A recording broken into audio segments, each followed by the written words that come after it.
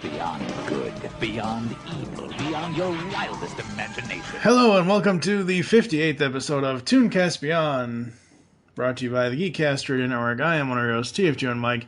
Joining me is Steve Megatron. Hello. Hello. How are you? Doing good.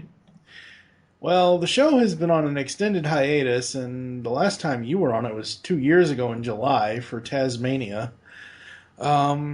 As I've said previously, all throughout the animation direction spotlight that TV's Mr. Neil and I did last year, DreamWorks killed me. With a shovel? Yeah, I'm buried in Michael Wilson's backyard in a very shallow grave. That's where he likes you. Yeah, that's... we need to save that for other beastly sideshows. So ToonCast Beyond is back. We are refreshed. We are throwing out the seasons model. No more seasons. We're just going to do grab bag, cartoon, series, animated films, all that good stuff. And I figured we would finally jump on the Arctic bandwagon and talk about Walt Disney's Frozen. Dun dun dun. Yeah. It's a 2013 American 3D computer animated musical fantasy comedy film. That's a mouthful. Whoever wrote that should be shot. Blame Wikipedia. It's Frozen. When did you first see this? I did not see it in theater, but I did Me see either. it after it hit DVD. Okay. Or digital or whatever. For me, I avoided this film like... There have been 2 Disney films in the past 10 years that I avoided like the plague when I first heard about them. Princess and the Frog and this film. Because I'm one of those type... Don't get me wrong. I know everyone's like this at some point or another. They're so sick of everyone that they get in contact with or everyone they're in contact with online praising something that they just have no interest in, and you kind of get sick of the hype.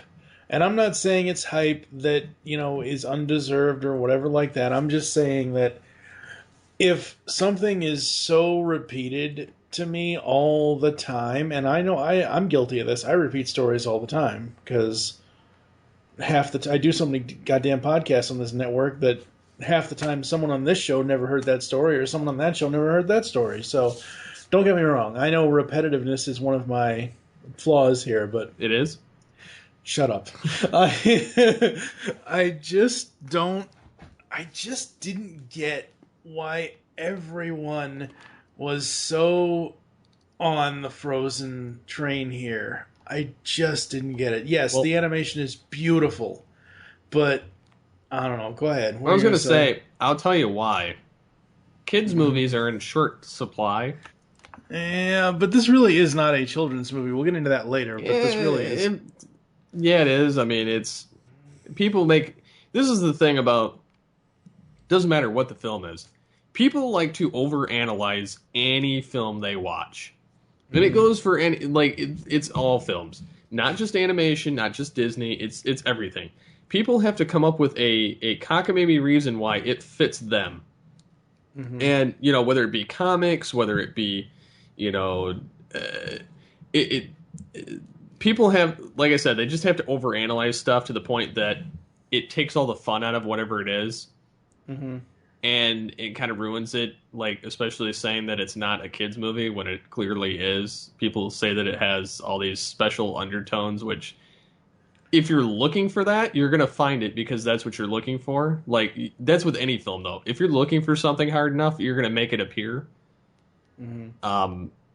But really, there was nothing wrong with this film. It was just, because if you want to talk about The Lion King, or any of those kind of movies, it's about a kid that thinks he killed his dad because he didn't want to listen to him.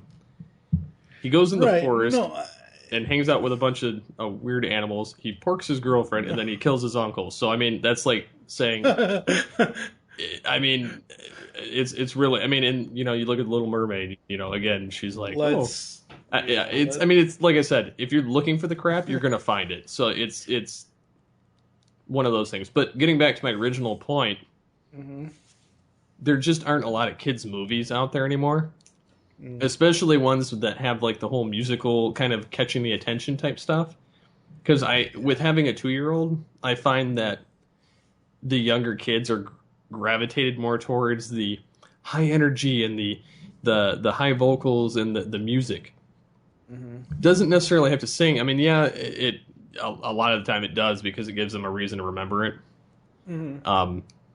But a lot of the films that come out are geared towards us. I mean, really, they are. So when something like this comes out, the parents are flocking towards it to take their kids to a movie because, one, it gets them out of the house, and two, it gives them something to watch that are for the kids. So, of course, you know, they're going to pay the hell out of it to go see the movie. And unfortunately, it had hit a time where, yes, there were other kids' movies out, but they weren't as popular as something from Disney. Yeah. And then the fact that it had all the singing that it had in this, which was probably the first time since, I mean, yeah, you could argue The Princess and the Frog did, but it really wasn't. There really hasn't been any good musical numbers in a Disney film since Lion King. Yeah. So I can agree with that. In that sense, that's why this film kind of took off. Yeah, I mean, see, to me, and I know we're never going to be able, I mean, we can always go back and throw in an old Disney VHS, or now that they have the Diamond Edition stuff, we can, you know, find it on Blu-ray and stuff for all the classic Disney films, but I did not see this in theaters. I avoided this like the plague because I just was so sick of everyone saying, why don't you like this? Why don't you want to see this? Because I don't. And when I first saw the trailer, I'm like, okay, that's interesting. How is this a Disney movie? This is like something that... This is just my first reaction, folks, when I saw the trailer. I was like, how is this a Disney movie? This is almost going to their Touchstone line. It was so... And maybe you're right. Maybe it was what I read into it, and that's fine. But everyone, as you already said, everyone reads stuff into everything. Because everyone in the world has to have a point where you need to, you know, like you said, this is kind of bad, but it also is good because you need to have the thing where, you know, you find some way to relate to what you're watching. Like, you know, like you brought up comics earlier, and we're not going to turn this into a comics podcast, but, you know, if you look at DC Universe, and we have over the past 6 years of the GCRN, but if you look at the DC Universe, Batman is the legend. Nightwing is the everyman. You know, I can envision myself at some point, you know, having similar character traits to Dick Grayson, more so than Bruce Wayne. So it's the same thing here. We're going to take a quick break. You're going to hear a very honest trailer for Frozen, and we'll come back to set the stage after this. Frozen. It's been 3 years since the last Disney musical, and 18 years since the last good Disney musical. Now the Big D is back, and adjusted for inflation with 2 princesses, 2 goofy sidekicks, and 3 different orphans. Welcome to Arendelle, a magical-ish, Scandinavian-ish country that's been cursed with eternal winter, even though their main export is ice. Meet Elsa, a manic-depressive princess with a confusing set of powers, like snow blasting, dressmaking, castle building, and creating life. You're alive? I think so. They kind of gloss over that one. Fall in love with her adorable sister Anna, who spends 3 years of her adult life shut inside a castle, even though she could leave at any time. I can't live like this anymore. Then leave. And who could forget the completely unnecessary, unexplained, magical troll rocks. When disaster strikes, watch Anna save the day by teaming up with her sister, a merchant, a hot guy, and a snowman to defeat villains like her sister, a merchant, a hot guy, and a snowman. Experience a clever twist on past Disney films that teaches girls everywhere they don't need a prince to rescue them, because all men are disgusting loners, greedy murderers, or lying, manipulative, power-hungry sociopaths. You won't get away with this. I already have. Happy now, Jezebel? So gather the family and sing along on a musical journey that's all about the soundtrack, featuring unforgettable songs like the exposition song. Do you want some exposition? Some information through a song? The song that sounds like it's from Wicked. For the first time in forever, Disney let us sing. For the first time in forever, it's as good as Lion King. The romantic duet. We are about to pour, totally gonna pour. The other romantic duet. I'm kinda turned on by reindeer. The anthropomorphic Sidekicks comic relief song. When you're out of ideas, you give 'em a singing snowman. The one you skip. We are cutting ice, 'cause we are cutting ice. The one you don't know the words to. Somebody's a bit of a fixer-upper. Something, something, something, something, little bit of love. And the YOLO song. Get it out, get it out, get the song out of my head. So it's time to set the stage, folks, and Steve kind of already did this with the mouthful that he said earlier. 3D computer animated musical fantasy comedy film. I don't see how this is a comedy, but okay. I wish they'd just let it go already.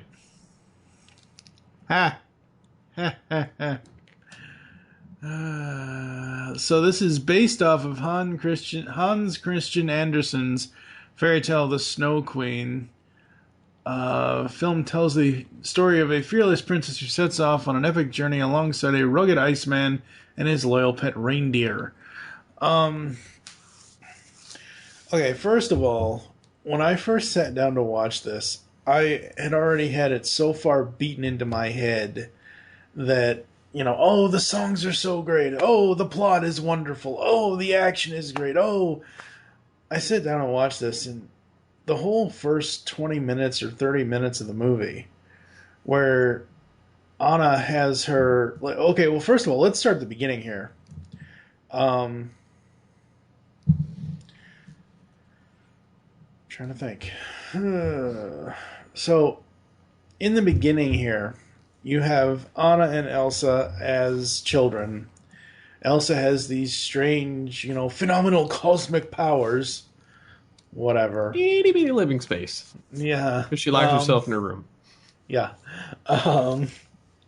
And, she's afraid of hurting somebody with it and blah, blah, blah, blah. She doesn't know how to use it and whatever. She uses it one day and it accidentally injures her sister. So instead of telling her parents, or instead of, this is what I don't understand about this movie. And I know it's a movie, it's meant to be enjoyed, folks. I get that. But we are here to analyze the thing. So just, bear with me, folks.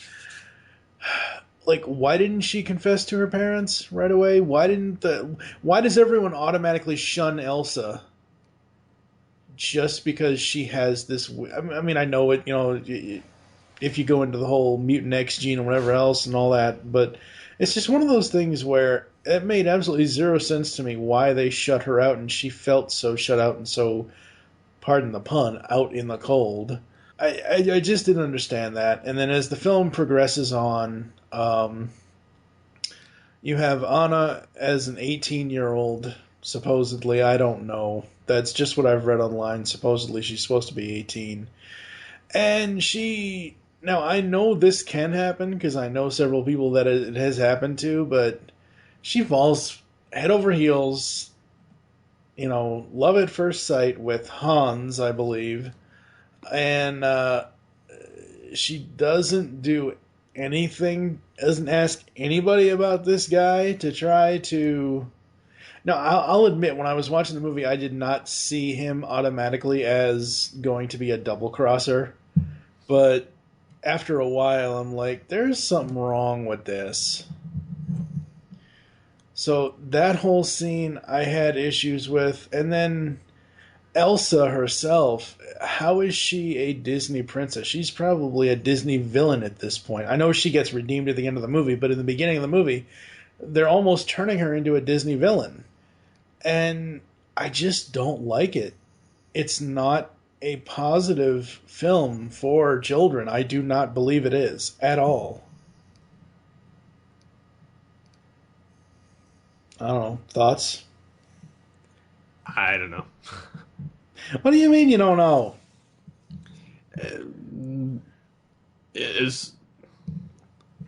Well, like, what specifically about it? What specifically about it is not positive for children? Yeah. Let's see. She is automatically shunned and turned into a villain, and she goes off by her lonesome to live alone because she can't trust anybody. And the cliche is, and I know our good buddy Optimus Solo will like this because I know he hates it when plots do this, or so he's told me. We can heal everything with the power of true love. Yay! Give me a friggin' break. I like the Lion King's theme better. We can heal everything with a pack of hungry hyenas. Yeah.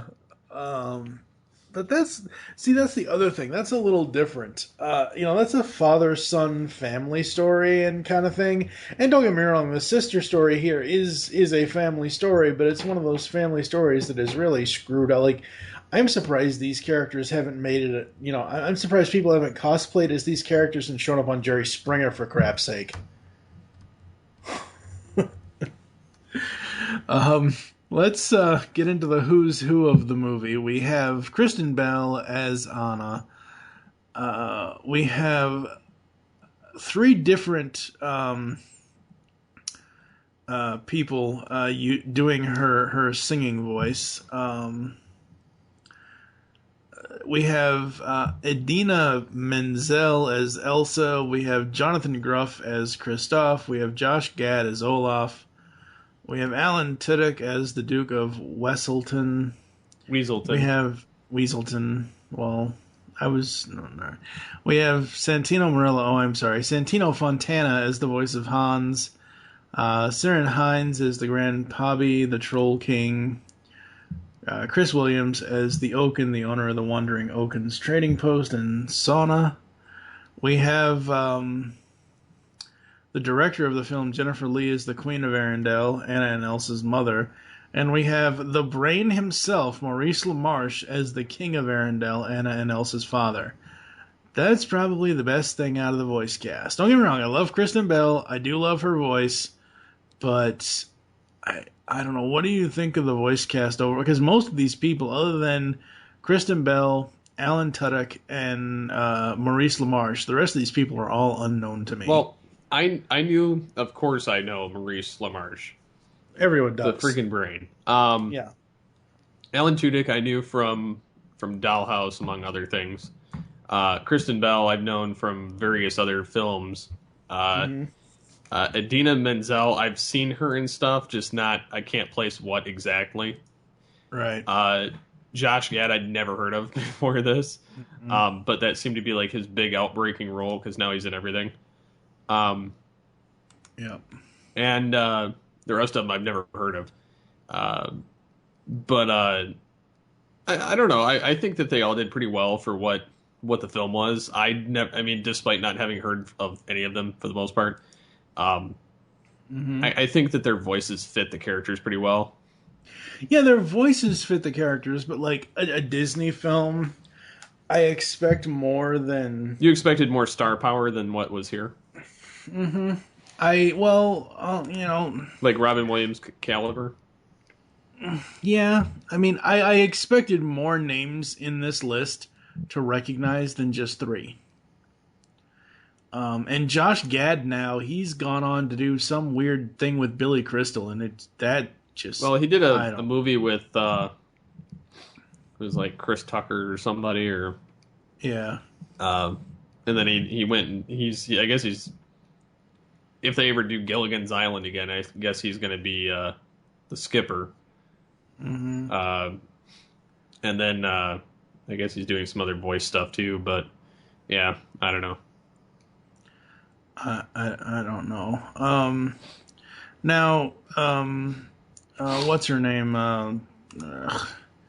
Menzel, the voice of Elsa. She has done in stuff like, wait.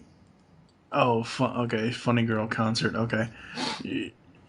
She's done in stuff like she was the voice of Cersei in 1998's Hercules, the animated series. Oh, that's funny. She was in Rescue Me as Carol. She was on Private Practice in 2009 for 2 episodes.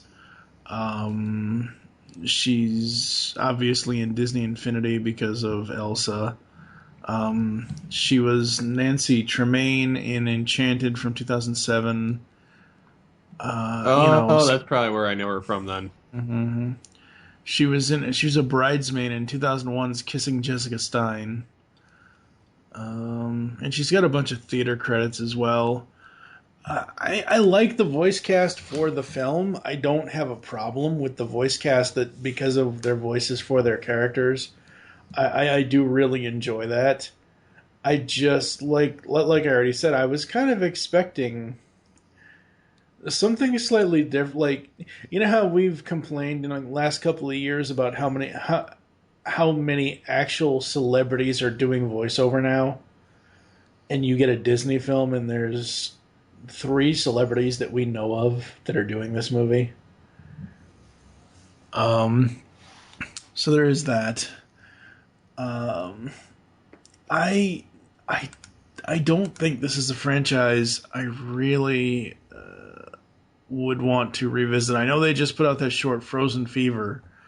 And I do like that. Like, instead of Disney like immediately greenlighting a sequel, which I know that there are probably plans for Frozen 2. They've already pretty much announced it.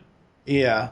I do like how Disney is doing the shorts. Like, so after a movie comes out, 6 months, couple years down the line, whatever it is, hey, here's a short to tide you over to the next. I like that instead of completely rushing to get a sequel out right away. I love that. Getting into the good, the bad, and the ugly, like I already said, this movie, I literally was hitting my head against my desk, and maybe it's because it was everything I was reading into it, but I just don't see what people like in this movie. Someone please comment on this post and give me a reason as to why you like this movie, other than the fact that you like the songs. Why do you like the plot of the movie? That's what I want to know from the listeners. Do you have any good, bad, and ugly moments about this? Anything you didn't really care for? Anything you absolutely enjoyed, or any of that kind of stuff? I wouldn't say it's one of my favorite Disney movies because I'd be lying. I like a lot of the, like The Lion King, like Mulan. A lot of that era of animation from Disney.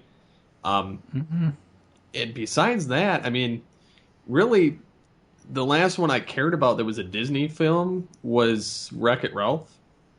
Right. And before that was Pixar. So, it's not one of my favorites, but I wouldn't say it's one of the bottom feeders either. It's kind of in the middle for me.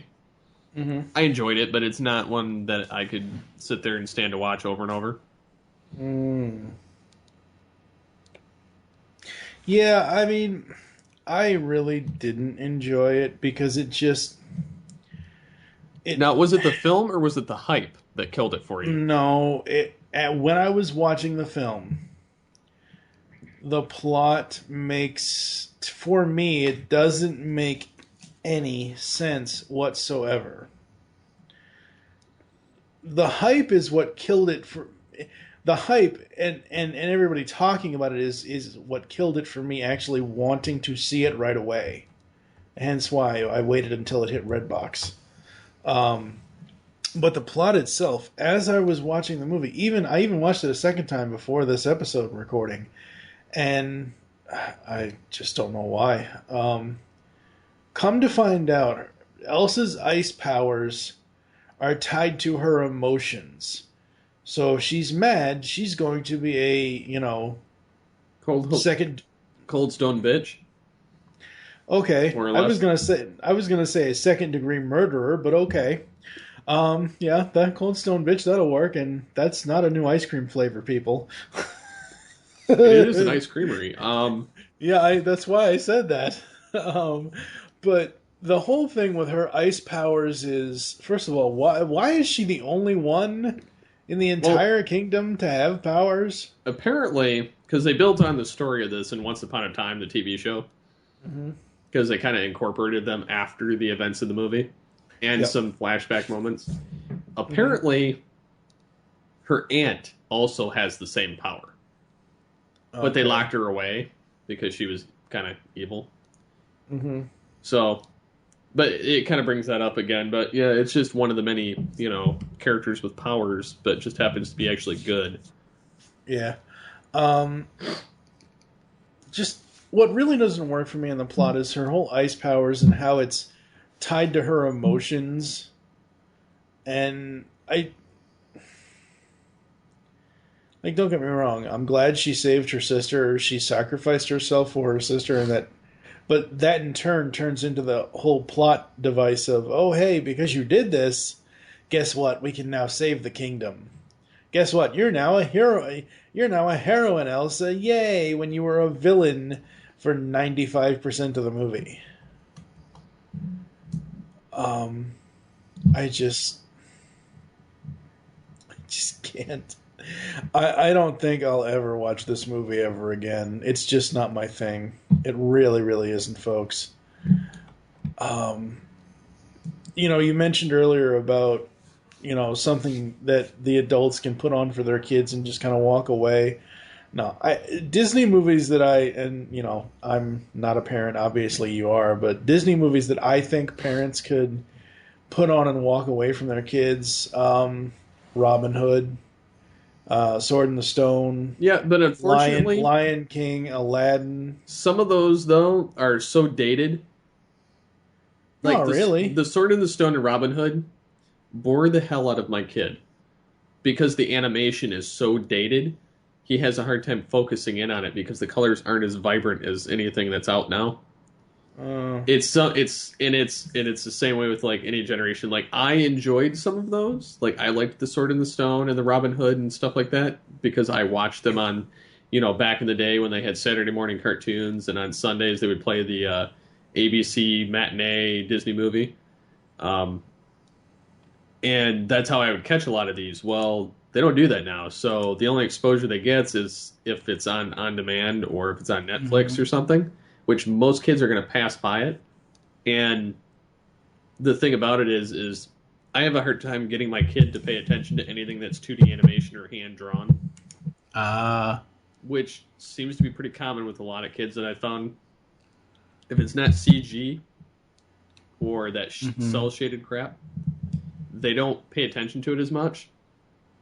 That being said, a Pixar movie, they will pay attention to, or like a DreamWorks or a Fox Studio or something like that, because it's that kind of 3D kind of, computer-generated imagery for the characters. But they'll also watch stuff from like, Little Mermaid, Mulan, Lion King, stuff like that still kind of gets them because the colors and then the music. So it's like I said, it's one of those things. But yeah, I get what you're saying that a lot of the older stuff does still apply.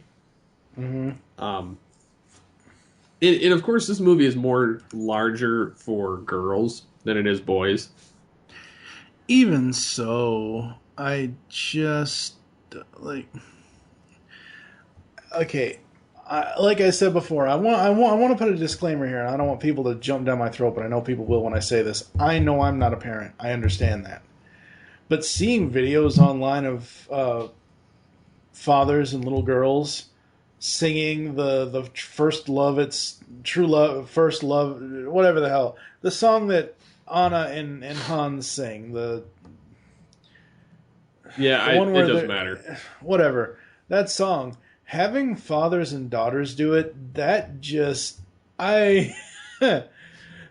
seems, It may seem weird to you, but the thing is when your kid wants you to do something with them, you just kind of do it because it's fun for the kid. So no, and I understand that, but just despite the fact that the words may not apply to the situation. Yeah, that's what gets me. The lyrics of the song do not apply. In Frozen, I've seen so many parodies of the songs online. Mostly dads making fun of the song "Let It Go" because they're sick and tired of it.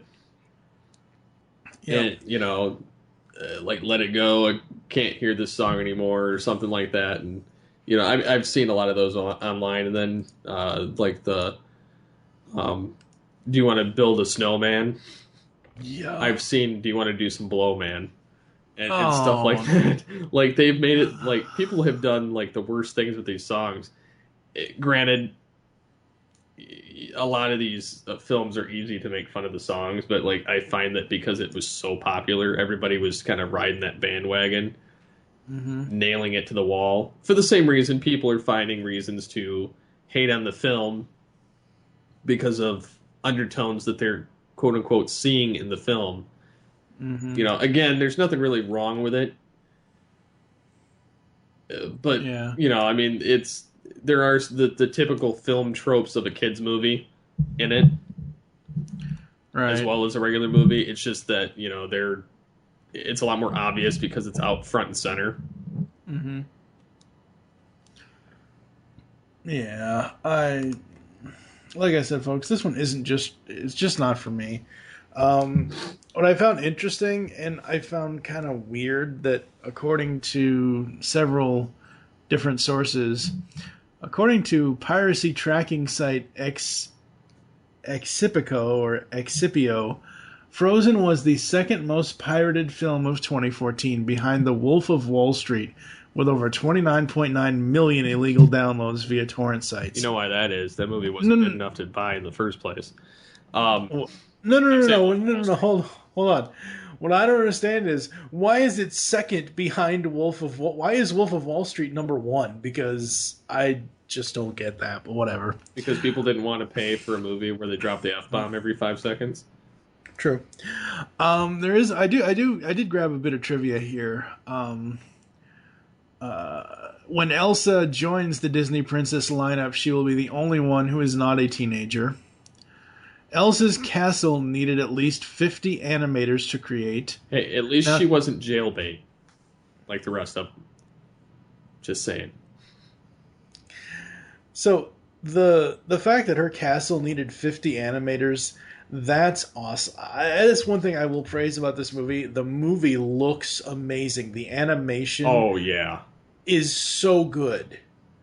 Absolutely love the animation in this film.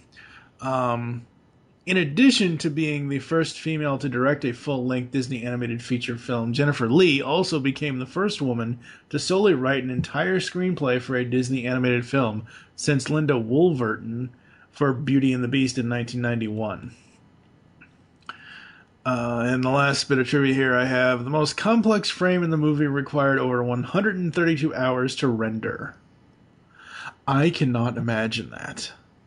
Like, it takes us, and I know it's video, and I know it's completely different from audio, but video, depending on the complexity and the amount of quality that they're trying to pack into that, can be freaking huge and take forever. Yeah. I mean, 132 hours for the most complex frame in the film, but like I know for us, when we're doing audio, it's like it may take me. When I go to export, it may take 15, 20 minutes or so, depending on the podcast length for whatever show I'm editing. Mm-hmm. But 132 hours of rendering, I could never... Oh, man. That's nuts. At the box office, Frozen earned $400.7 million in North America and an estimated $873.5 million in other countries, for a worldwide total of just north of $1.274 billion.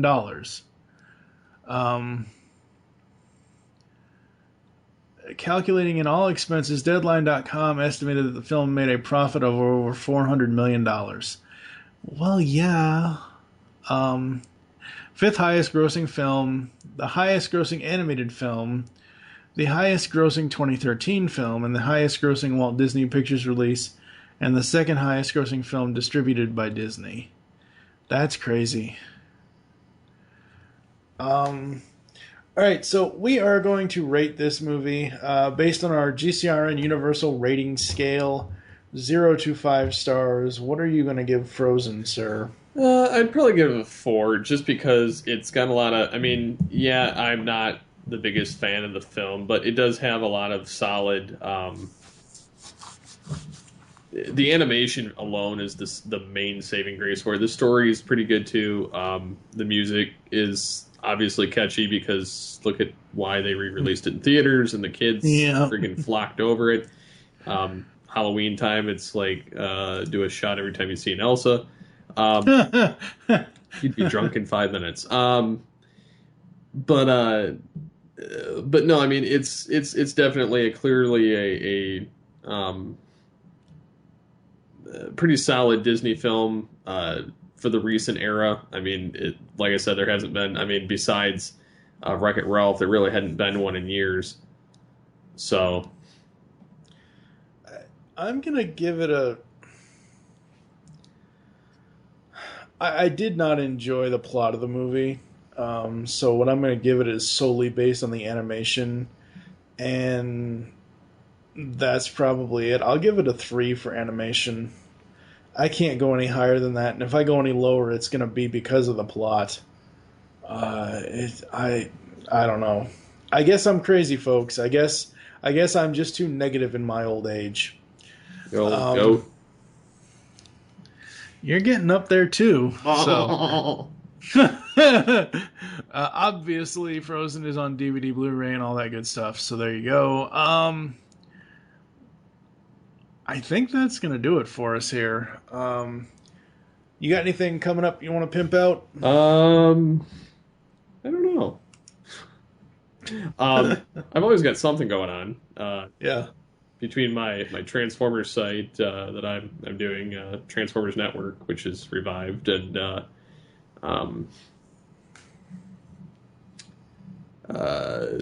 that, and working on some secret projects for Altered Geek. But other than that, you can catch me on Geekcast Radio and Twitter. Yep. Thank you for joining us here on ToonCast Beyond. There are several ways to get in contact with us to leave feedback for the show. Visit the website, geekcastradio.com. Leave the show's feedback in iTunes. Please do this. Follow us on Twitter, at ToonCast Beyond is the show Twitter. Mine is TFG1Mike. What is your Twitter? At SCP21. You can also follow the network at Geekcast Radio. Become a fan on Facebook. Go to facebook.com/Geekcast Radio Network. Call the voicemail line and tell us the show you're leaving the message for and your name. 502-526-5821. There is a 5-minute time limit. We hope you enjoyed this episode of ToonCast Beyond and wish you'll join us next time when we will be reviewing Johnny Test. For now, I am TFG1Mike with Steve Megatron Phillips. Thank you for listening. Until next time. Pixels in the Animation is the Geekcast Radio Network's video game cartoon review show. We are covering every episode of 9 different video game cartoons. Join TV's Mr. Neil and myself, TFG1Mike, as we trek through multiple Mario tunes, Zelda, Captain N, Mega Man, Sonic, and we are also driving through Donkey Kong Country. Pixels in the Animation is 100 episodes of video game cartoon goodness, so tune in to help us find the Pixels in the Animation, which you can find every Wednesday on iTunes and www.geekcastradio.com. Pause! Got a head of fiery hair and a turbocharged backpack. His genius sisters use him like a lab rat. A neat freak dad at home, a super busy mom. The boy's best friend is a talking dog. That's right. 3 extreme genes in an air-breathing shark. Mega action game controller skating in the park. A Pharaoh booster bling bling. What do we make of this? Johnny Test. Johnny Test. This is the life of a boy named Johnny Test. Johnny Test. Johnny Test. This is the life of a boy named Johnny Test.